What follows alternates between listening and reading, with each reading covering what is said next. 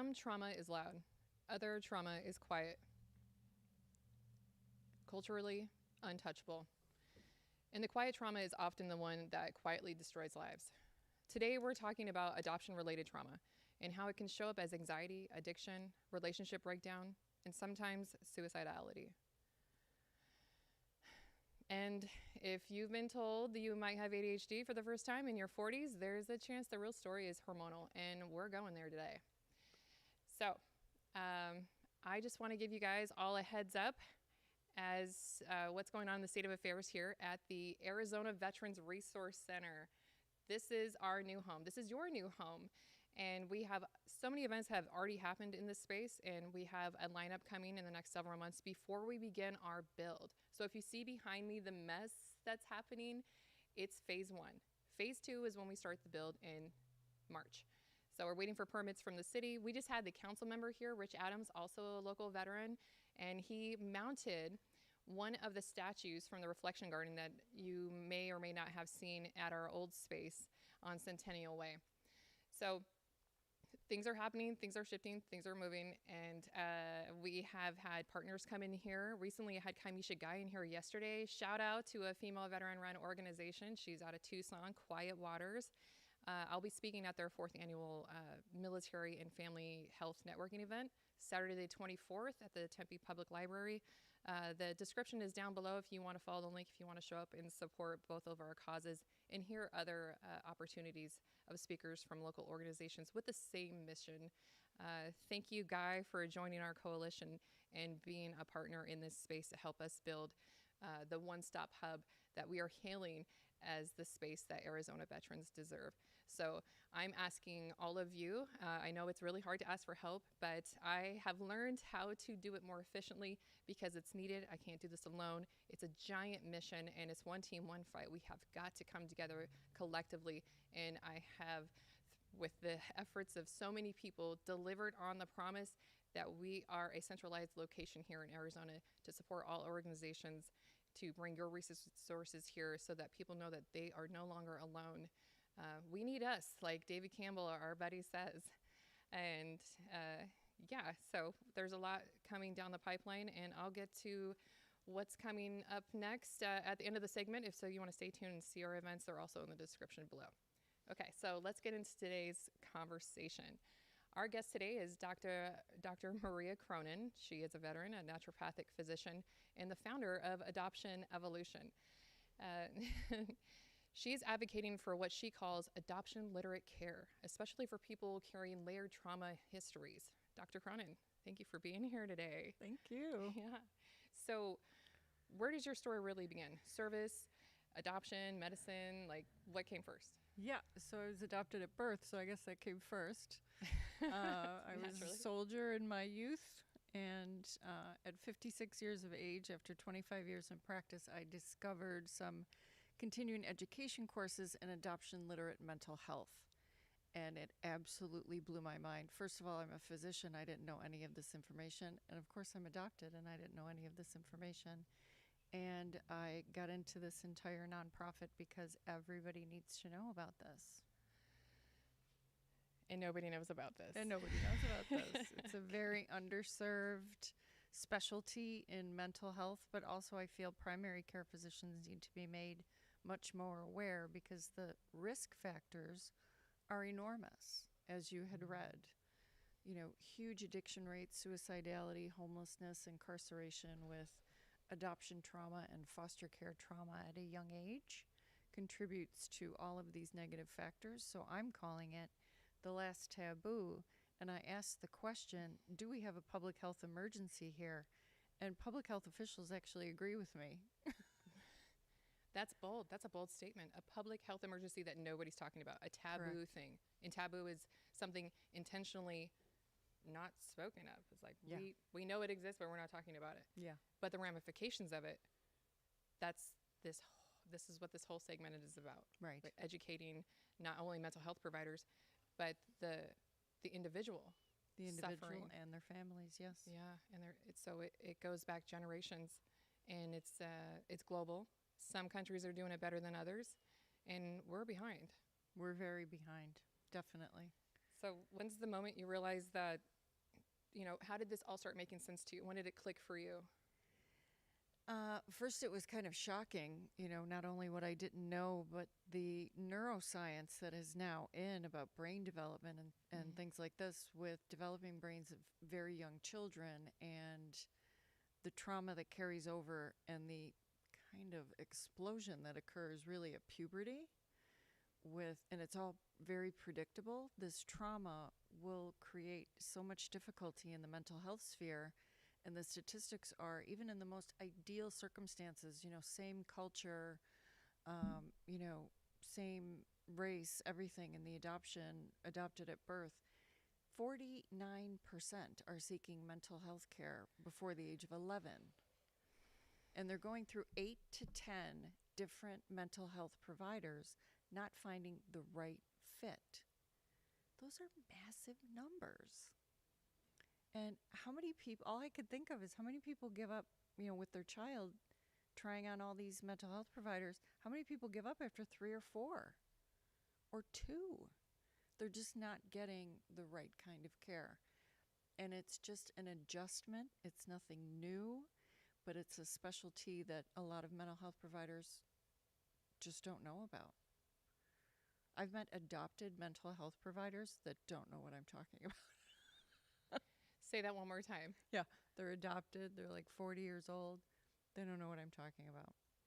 I'm like, you have to take the classes. What classes are those?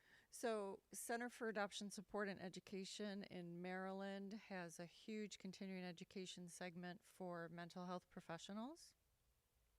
And I took that. It's like 2 semesters of work. It's very, very dense. But I took that, and they have other classes as well for families and adopted adults, and it's free. It's free? It's free. Okay. Center for Adoption Support and Education. Check out the website. Anybody I call it the adoption universe. Family members, adoptees themselves, and of course, practitioners. The adoption universe. Can you say more about that? Yeah, so I was adopted at birth. I had an adopted brother. I had a huge extended family. I married, lots of friends, people in my universe.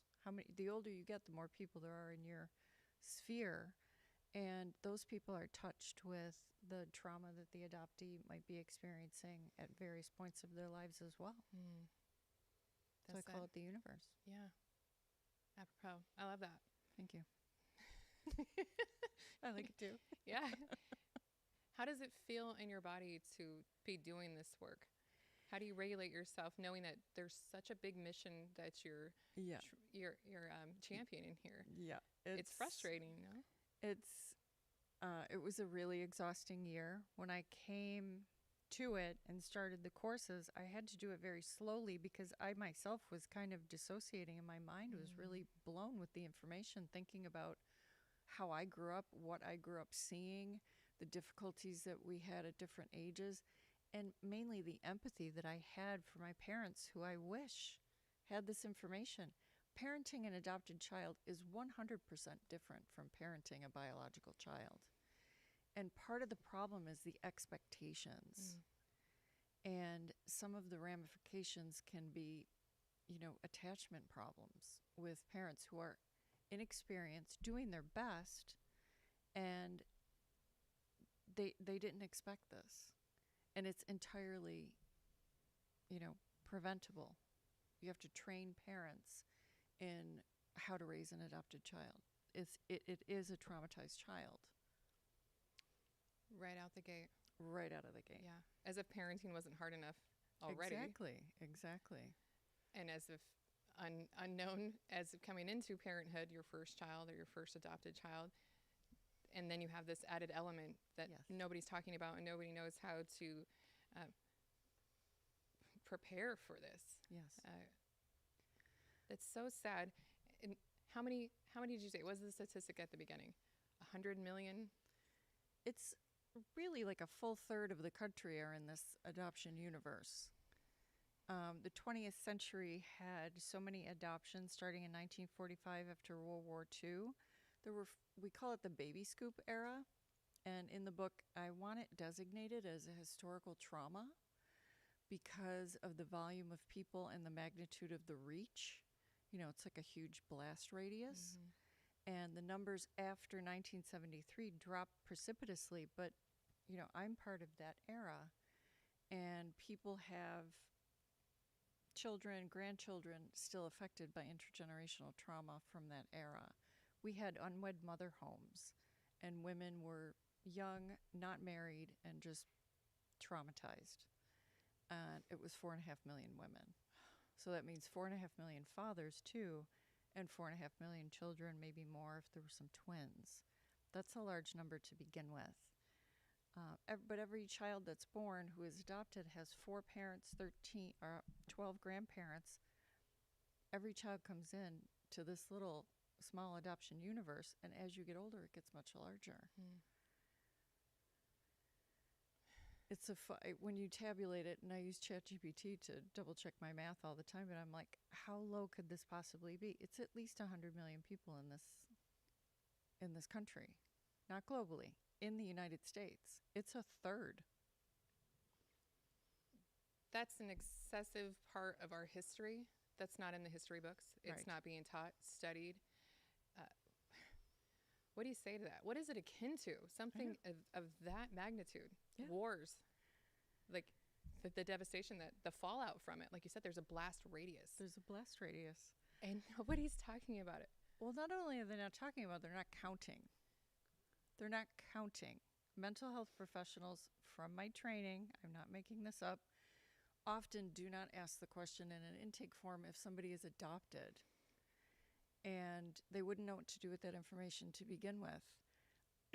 I always ask the question in my intake forms in my private practice, but all my life, anybody who ever asked the question on an intake form said, okay, well, we just don't have your medical history. And they just move on as if it's nothing. And that needs to change.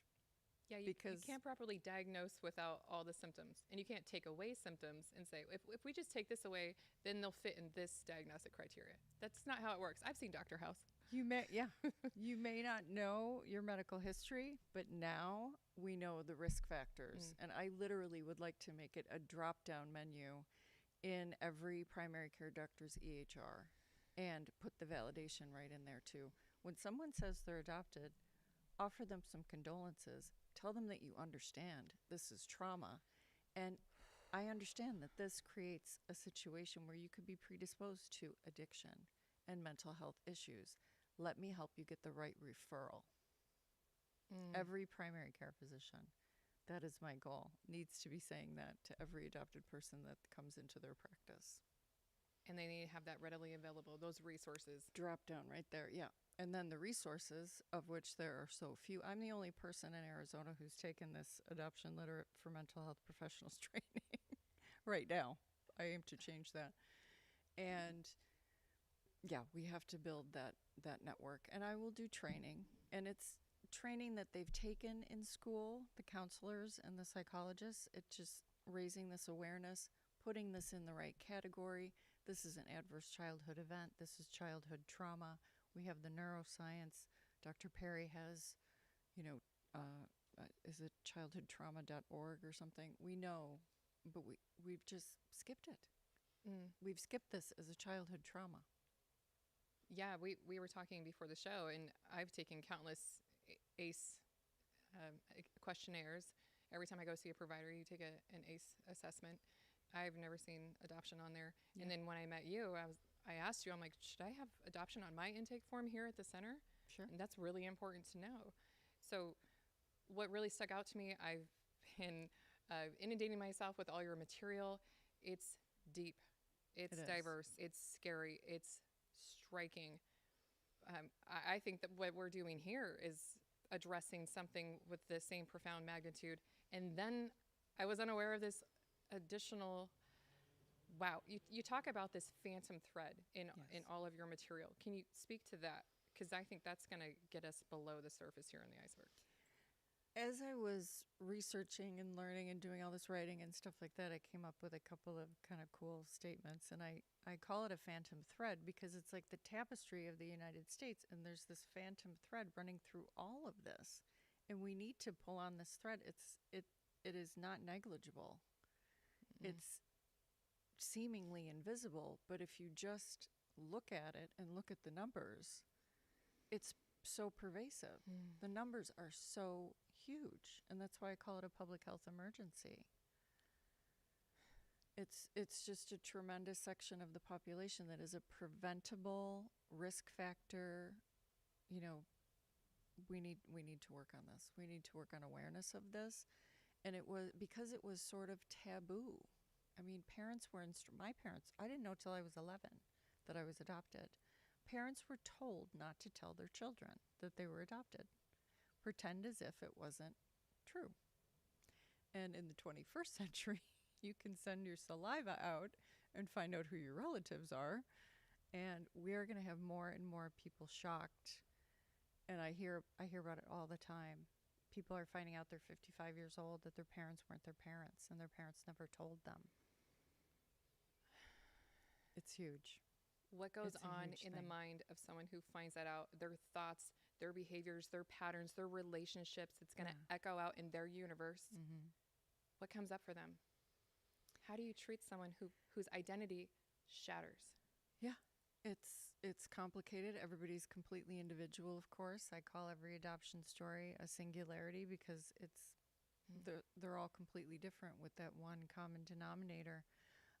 It can destroy marriages. It can destroy relationships so easily.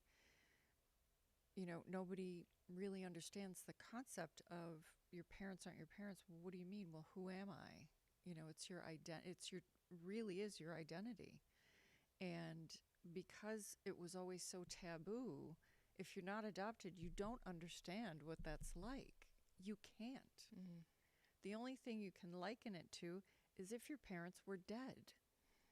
And we never use the word orphan anymore, but you get all of my parents are deceased now, and that orphan feeling does come up when your parents do pass away, but you get like an instant of this, you know, orphan feeling because you were, you know, surrendered, you don't know the circumstances, and you don't know your biological people.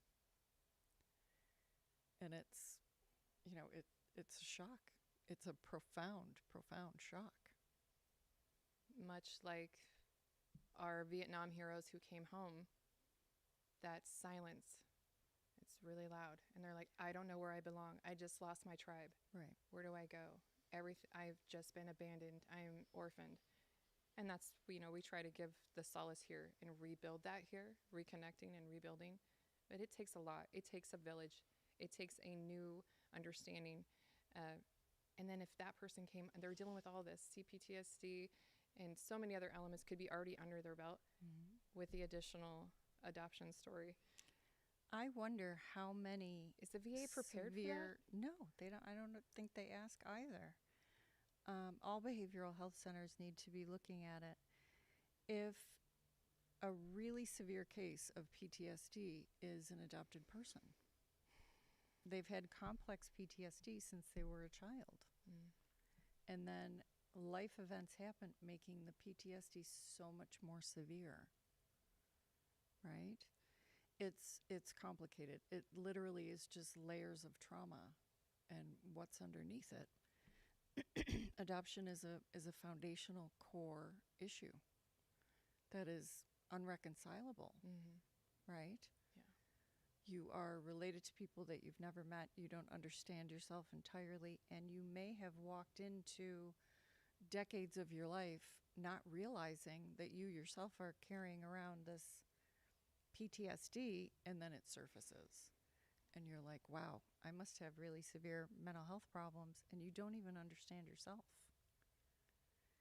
And it can happen not just at bad events, it can happen at happy events like having a child or just big milestones in life where you're like, why am I not happy? It's this dissociative state. It's very complicated, but veterans understand more than others PTSD and how it surfaces and how it can be, you know, a crippling fear or dissociation or severe depression, and you don't understand why if you don't understand that you carry this with you. Yeah. And so that might be how people are misdiagnosed when they walk into the VA and they're like, I'm anxious, I'm depressed, all of this is coming up for me suddenly, like something, like for myself, something happened in my world, and that's what like turned on the gene, so to speak. And then it started to express itself. I'm like, what is this now? And then, yes, it affects you as an entire being. I felt crazy. And then I started acting out that behavior because I did not understand anything. I was dissociated, right? Didn't feel anything below here. So everybody around me, my universe, it shook all of them. Yes. And that's when you might get gaslit, misdiagnosed, on and off medications, and ultimately could just be like, I need someone to help me understand what's coming up for me. Tell me my story. Who is my origin? Because when I went to treatment, the first thing they start with, they're like, we need to start with your origin story. Right. Who are your parents, your grandparents? Where did you come from? That's what they start with. Yeah. But if you don't know, what are they going to build their model off of if you don't know? Exactly. It's missing. It's just mysteriously missing. Or someone who doesn't know that they're adopted or doesn't relate the trauma doesn't see themselves in their family. Right? It's just there's so much missing. And that foreign concept you feel like you never quite fit in is overpowering at times. The neuroscience is very, very clear now. The inflammation of the nervous system, the brain, the nerves, in a young child who is separated from their biological parents, particularly the mother, you're in survival mode because in nature you would die. You can't feed yourself when you're a child. And that survival mode imprints on the nervous system and you carry that with you. And then as you go through milestones and approach puberty, etc., and how you deal with things, you're already in an overstimulated, high cortisol nervous system at all times. Many people experience sleeplessness even as a child. I did, definitely myself. Sleeplessness as a child, your nervous system is just primed for overreactivity. And you're constantly kind of in survival mode. And that takes a biological toll that we can now see.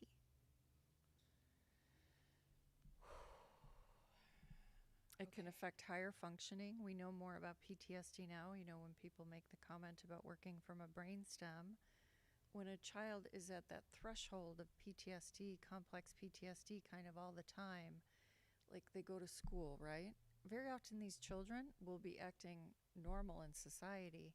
They'll come home and they'll be really freaking out because they've been holding it in all day. And then they're explosive and some behavior problems develop, and then this very, very predictable teenage just explosion of hormones. So what you have is a very unbalanced, very high cortisol, and then puberty hits, and then you have estrogen, testosterone, and then the calming hormone, progesterone, is lowered. They call it the progesterone steal because all that cortisol, the adrenaline, the cortisol, the stress, it literally steals the calming hormone of progesterone. And that is how you wind up with a more explosive temperament. And you can, as a woman, you can wind up with estrogen dominance, which is extreme PMS, mood swings, irritability to the nth degree. Yeah. Which now, in this day and age, particularly in the last 20 years, you're going to get medicated for that. Yes. And it's not going to be with progesterone, which is exactly what you need. Yeah. It's going to be with an SSRI or an SSNI or an antipsychotic. And that's where we went. And, you know, you better believe the addiction rates are so high. Alcohol is a depressant. That's the number one go-to to turn that thing down because you have a nervous system that's really on fire. You've just described me, everything that I've been through. Not adopted, stats, right? But that's what happened. The trauma overtook me, my PTSD? hormones, and then the drugs they prescribed me. Yeah. Boom. Everything you just said is very true for me, very real. Is this a public health emergency? It totally is. It totally is. Because it didn't just affect me. Like I said, it affected my universe. Your universe. And none of us knew. That's right. Hell, I didn't even know who I was, to speaking to this. That's right. So imagine that if you could, but most people can't, that you don't know who your parents are and you never really understood yourself and that whole missing piece in your identity and stuff like that. It's so, do you see how complex that is? yes. Right? Mm-hmm. It's very physiologic. It is. And so when we put those depressants, we're shutting down the cues from the body without knowing how to holistically, and in your path and with your profession on how to calm the nervous system down without very strong medication. That Right. some might be appropriate. Others could be healed through talking it through, identifying the body, being able to drop into the body safely and knowing how to process that. It's complicated because very often PTSD isn't better by talking about it. You get re-triggered. You get re-traumatized. Yes. Do you see how difficult it is why people are not getting the mental health, adoption-literate mental health that they need? Because they're seeking safety. I've taken so many classes on seeking safety through the VA, and the awareness piece. I think that's what a lot of us are missing is the self-awareness. Mm-hmm. We're trying to escape it because it's so scary. Yeah. And numb it. It's like all of this is coming up. You're in a cytokine storm. Like if you were sick, right? That's The right. inflammation is fighting that. It's cytokines. It's also histamine. It's Histamines, so yeah. many other chemicals in the body. In an oversensitized nervous system, you are triggered by everything. I know for myself, but many with a very sensitive nervous system. I was sensitive to odors, extreme. Every soap with a fragrance gave me a rash. I was sleepless. I had food allergies. I had a gut full of histamine popping out on my skin with hives here and there. It's an overstimulated nervous system that cannot calm down. You are always on. Thank you. That's how I've been described my entire life. You're always on. You're And always they're like, on. you need to slow down and turn Yeah. off. I'm like, Because that please works. tell that too. That works when people This tell you to do that, right? System run riot. Give me a drink. Give me a drink, bartender. Leave the bottle. Yeah. I don't have to do that anymore because I've developed a lot of skills over a long period of time, and it is a practice. It's what they call it a meditation practice. It's a daily practice. Right. Coming into the body, nurturing it, telling it that it's safe. Mm-hmm. But it's, like you said, it's in the brainstem, which means it's 10,000 years old. It goes back to our ancestors Yeah. way back when in the caves, right? When so to somebody is very badly triggered, it's a very dangerous situation. And it's very, very hard to calm down. I Mhm. tell people constantly, if you really get a shock, a significant shock, bad news, almost have a car accident, any number of things, it will take you 3 days to fully calm down. What can happen in those 3 days is the possibilities are limitless. You're at very high risk of an accident. You might go and use substances. You could have a very big fight and destroy a relationship. It's a volatile thing. Or you can completely shut down, turn yourself off from the world, and lose your friends and family because, And you can isolate, yes. yes, isolation And is not is come huge. out of the isolation. Yeah. That's not, not able to trust yourself or understand what's going on with you. So you're suffering in silence, wondering when it's going to pass this And time. the walls are coming up Mm-hmm. as years go on. Yes. I can't let anybody in here. And the isolation grows and grows after years. Yes, that compounding effect with everything we're talking about here, having one person holding that all in, those poor souls, I myself included, we need to get this message out there, doctor. Yeah. And I'm trying to do what I can with my known knowledge. That's why I love bringing on experts like yourself so we can continue to follow this thread and pull on it. Yeah. And unveil it. It's such a massive thing to expose because think of, I had a man come up to me. I mentioned just quickly, I have a new nonprofit. He goes, my dad was adopted. I watched him struggle with his mental health all my life. I get it everywhere. And nobody has a remedy for this. And it really is just an adaptation in therapeutic technique. If somebody can bring themselves and be heard, it's narrative therapy that reestablishes the identity. You have to tell your story over and over. It's, grief therapy. Yes. There is so much grief in this. The Icelandic word for grief is rage. Yeah. Ooh. I feel that. Why do people always think that anger is such a negative thing? It's an expression of grief, and you can be stuck in that first stage of grief, rage. For how long, Nicole? I was a very angry teen, 20s, probably even into my 30s, kind of a lot, right? Yeah. You can be angry, hair trigger temper with complex PTSD, and it's grief. Yes. And then somebody tells you you have grief that you've never acknowledged. It can be life-changing. Like you said, there's language to it when a person doesn't have the vocabulary to describe that sensation. Yeah. So your goal here is to get people adoption literate, Yes. using the right language to describe this. Understand that rage yourself. inside, that She-Hulk, she was front-facing for me. Yeah. Now she's smaller, but she still exists. Yeah. That awareness allows me to work on the modalities that help not suppress it, but to process and keep that near me, but it doesn't direct me anymore. But that rage is that internal depression, right? Yeah, you're like, ugh. Imagine now that you've said that, that's a great analogy. I'm the queen of analogies. So you have that rage, the She-Hulk. Now imagine going through your entire life being told you're adopted and nobody can talk about it with you. Mm. And they were literally told not to. And you can't process this grief with anyone in your life. Then it becomes shame. It's shame. So there's 7 core issues, and I'm never going to be able to ramble them off that easily, but shame and guilt are definitely one. Identity, rejection, but they never list fear. And to me, as a practitioner, it's fear. It's fear of abandonment. It's fear that you're going crazy. It's fear all the way around. And fear is crippling, as we know. Absolutely. And if you have this cortisol running through your body and you're afraid all the time, you're at such high risk for so many negative consequences in your life. And that is, I guess we can go into the validation suicidality piece, little, Yes. that's kind of what unravels. I'm alone. Nobody gets me. I can't talk to anybody about it. Yeah. So Suicidality in adopted people is so high. I have said to people, it's normal.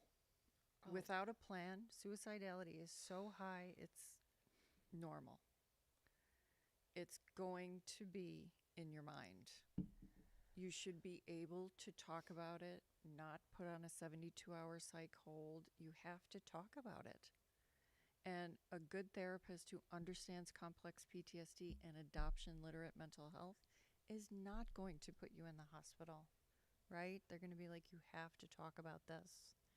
This is your grief. Let's process your grief. And going through it and through it and through it, how to talk to your family about it.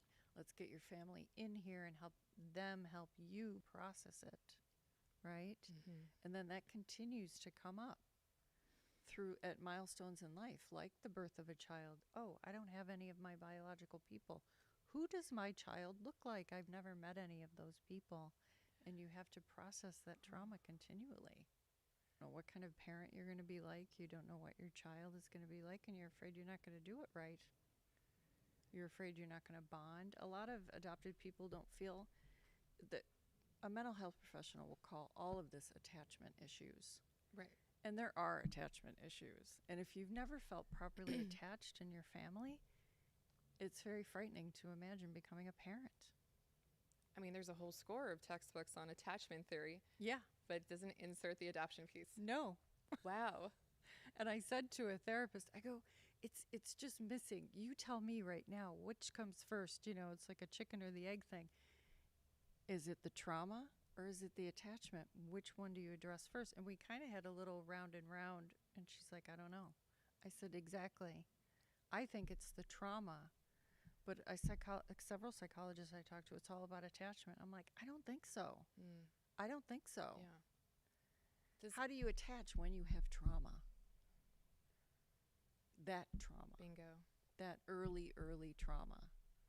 And you have to prepare that mother and father this is going to be harder than you think, and this is how you're going to have to do it. And it's just adaptation. It's just adaptive parenting. Yeah, so it's possible to have a great quality of life with the skills in front of them. So it's not a death sentence to be adopted or to adopt a child. No, not at all. But be prepared, be literate, understand the volume. It's going to be tougher than just parenting. Understand what normal is in parenting your adopted child.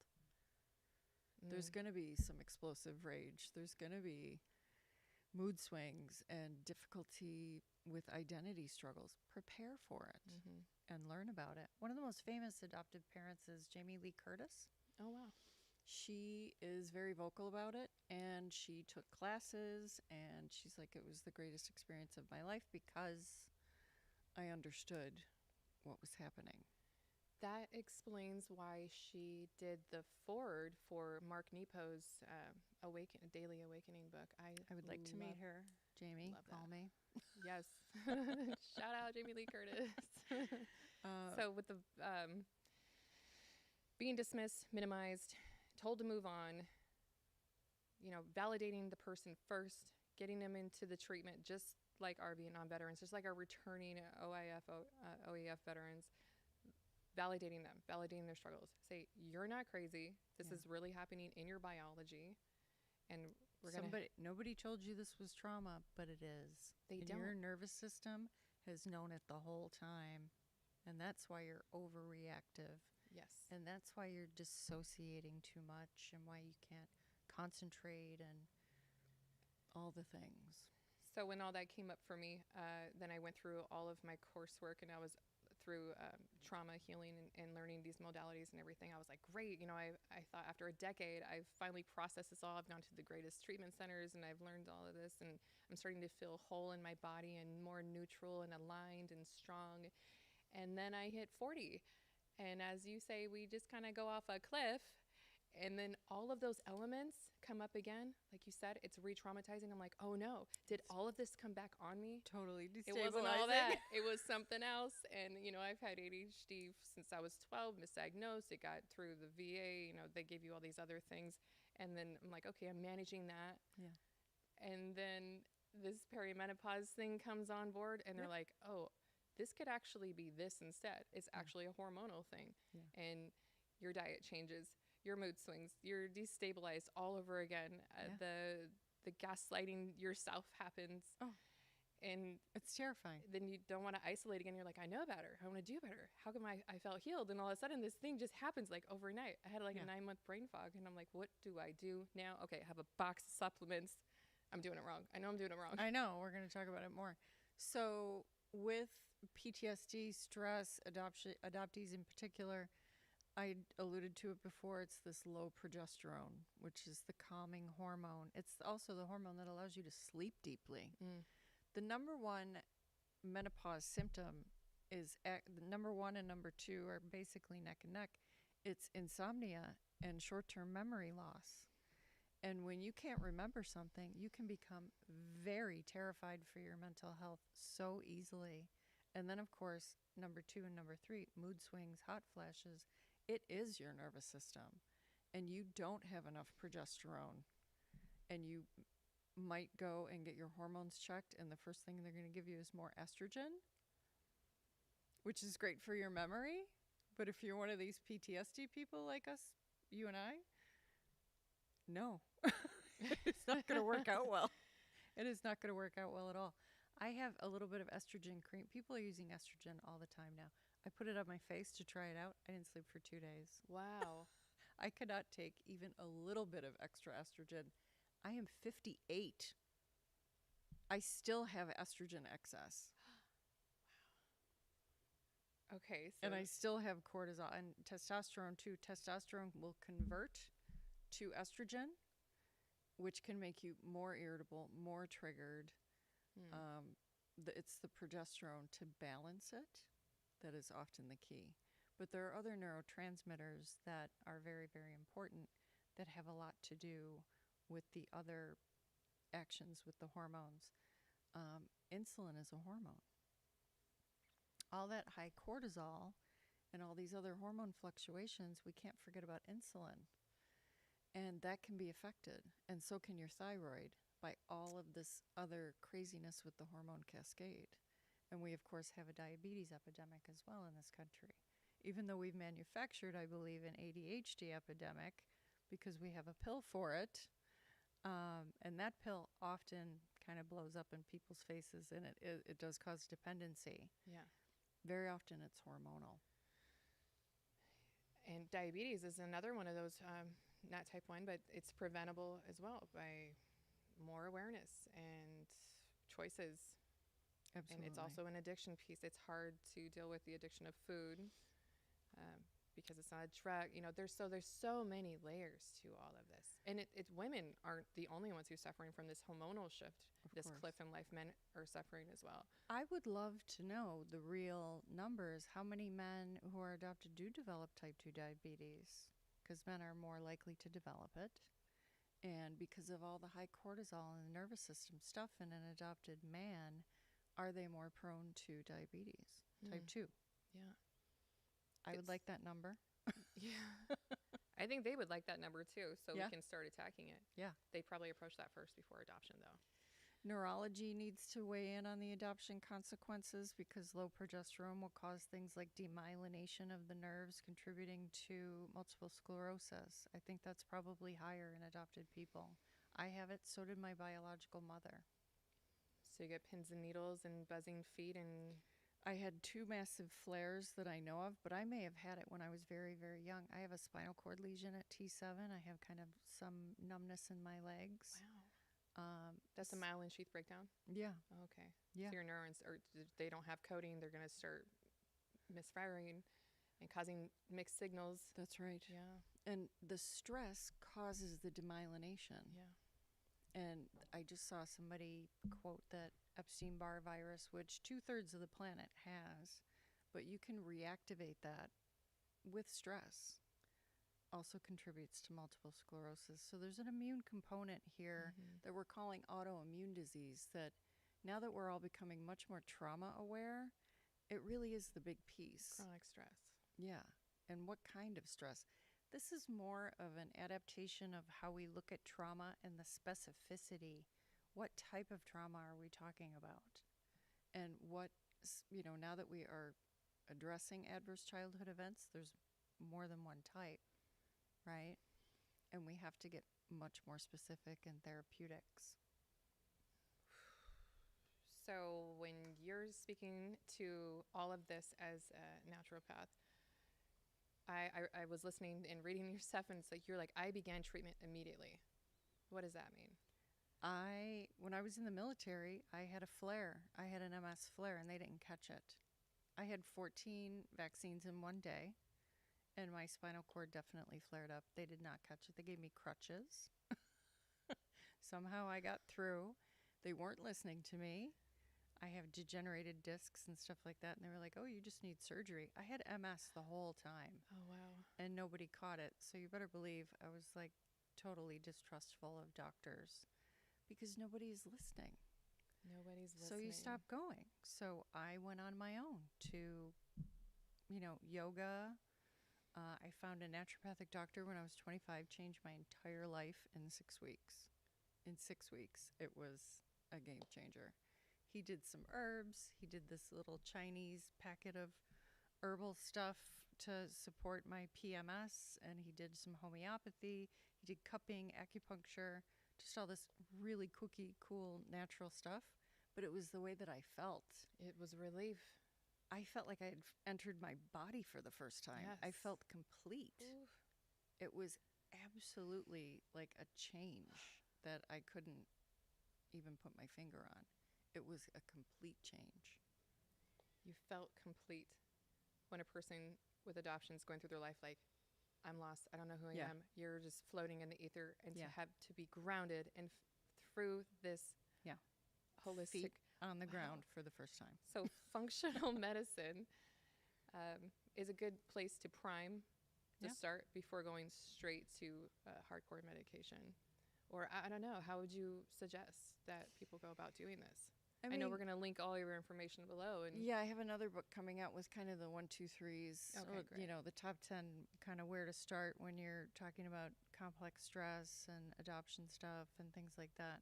It's very complicated, but being a naturopath and functional medicine, etc., it's less complicated than you think. It starts with food, right? It starts with hydration. It starts with sleep. Invaluable. One good quality food allergy test in your life, because there are always surprises. And then hydration, sleep. If you're not sleeping, nothing's going to be right. Nothing's going to be right. And you have to be pooping. I can say pooping, right? And everybody's not going to freak out. You've got to address that. If you have those issues in your gut, a good naturopath will be like, we have to straighten this out first. Make sure you're sleeping, make sure you're eating the right things, you calm the gut down, everything will start falling into place. Basic nutrients, you know, good quality multivitamin, extra magnesium, you know, a little bit of this and that. Mm-hmm. Yeah, we were talking about supplements. People are taking lots and lots of pills, but you said the efficacy, there's just a small amount was actually in the pill that's for you, and it's probably not going to be bioavailable anyway. It's like, so you're spending all this money and all these things, and it's not really doing anything. I've had people come in with a wagon of supplements, and I'm like, you've wasted all of this money, and you're here because you still don't feel well. You really need guidance with that stuff. What is the most important thing? What should I definitely be taking all the time? And, you know, we act as coach. Well, in my oath, it's doctor as teacher. We teach you how to take better care of yourself. Prioritize what you should be taking, because you're wasting money and time with a lot of other things. And you could have something major, really major happening. Mm-hmm. And I've caught so many things. One girl was going to 50 million. She had 3 therapists at one time. She was in her 20s. She thought it was all trauma. She had a ganglion block. She was anxious all the time. She came to see me. I saw her maybe 4 or 5 times, crying all the time. She's not adopted. She had type 1 diabetes and didn't know it. I put her in the hospital on an insulin drip. Do not do this yourself. You need some guidance sometimes. She had been like that she was probably in that rainbow period for a year, going up and down, and she thought it was all her emotions. And it definitely was not. People need a doctor they can trust, and I understand when you're not listened to. Naturopaths, we're supposed to be kind of the nice doctor, some people say, and you know, that's what ND stands for, the nice doctors, but we definitely listen, and we don't have the protocols that a regular doctor does. And I'm also trying to educate those doctors to be a little bit better. And a lot of them are becoming more integrative too, because they see that we're much better at it. But you have to trust, you know, find a doctor that you can trust who really knows what they're doing. And be like, you know, I don't know what to take. I don't know what to do. I've been feeling like this, and I've tried to figure it out. You need to see a doctor. This is amazing. There's so much to her work. Wow. Like, it's so much. It's so deep, and it covers. I like what we were saying earlier. When people walk out into the world, they're masking all kinds of ways, and then when they come home, letting that all come down. That is exhausting, to have to put all that on every day, and then to come home, let it all go, and then put it all back on. That armor. That is so heavy. It's something so hard to carry, and I feel for them, the empathy there. Sometimes you almost become numb to it. Self-care is non-negotiable. I was on the Women Who Lead Summit this morning, or the Zoom.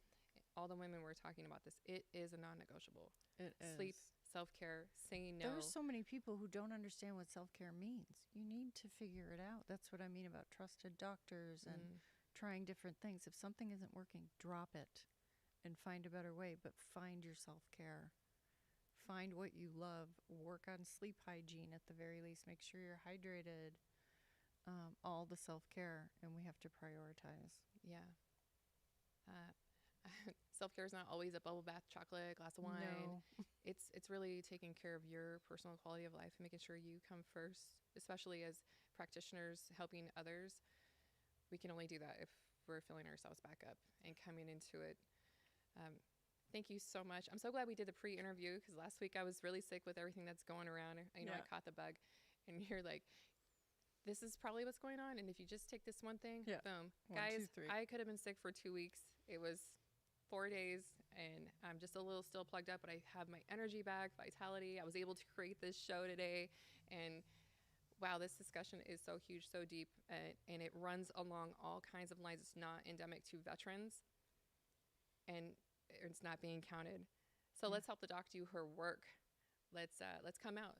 She hasn't met a lot of adoptees or parents who are like, what kind of I need scope to are meet you- the adoption universe here in Arizona. The I only adoption moved here less than 18 months ago. I don't know enough people, number one, here. I don't know enough adoptees. I'm networking, of course, to get the message to mental health and medical professionals, but I need to meet everybody in this universe locally and have these discussions. I joined the Veterans Chamber of Commerce with you, and trying to put the message out there with different networking groups, etc. That's where I found her, guys. I found her at the But Southwest I'm Veterans I'm Chamber a of Commerce. Capricorn. We got to speed this up. It's got to be efficient. Let's move. Let's move. Got to get the word out. It's huge. There's the fallout, the blast radius. I love all the keywords you used here today. Yeah. It's striking. It's honest. It's real. It's happening. It's hidden. It's invisible, and there's cessation to suffering, but it comes with conversation, and it comes with coming out of the word work. Be brave. Come in here. Share your story. You're not alone. She has I don't know what you want to call it. How many people have you mentioned adoption to, and they're like, "Oh, I'm adopted," or "My brother's adopted"? It's everywhere. Just It's since I everywhere. met you just 2 Yeah. weeks ago, I'm like, I met this amazing woman. Yeah. 3 people in these conversations, like, I'm adopted. Yeah. My dad's adopted. And yeah, my partner's adopted. What world? We don't know what we don't know. And I'm so grateful that you brought this here today. We're going to create a conversation around it. And your nonprofit is so golden here. We're going to help you get with the right people, like-minded individuals like Kiamesha Guy, her holistic practice. You guys have a lot to talk about. I'm It's going to be sure. wonderful. We'll do a big event here again. We'll pop it off. And thank you again. And like I said, I promised you guys, we are having a lot of events coming up here. HonorHealth Military Liaison. He's going to be coming in here with this really cool helicopter simulator. The children can get in there. It's going to be shaking, and then it's part of the Skill Bridge program as well. So it's about workforce opportunities for veterans and their families. And we're going to kind of do like a little soft grand opening kind of deal here for phase 1. We'll have the roll-up door open. Our Wounded Warrior Project VSO, Daryl, is going to make some really cool food. We'll get some catering in here, and we'll invite you all to come down and share it with us. And we're going to be online with our new logo, and our new website is down below, and you can check us out.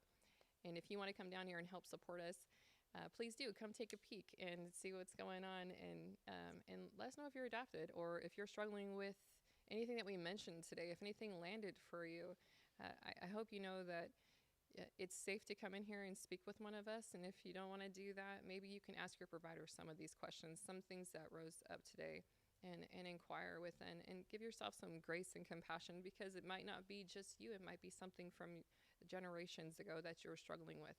It's not your fault, and you don't have to give up. Please don't stop. Just stay.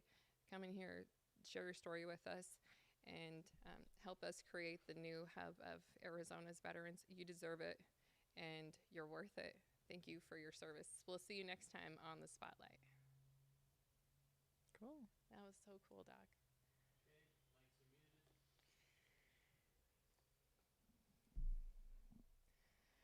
It's difficult, right?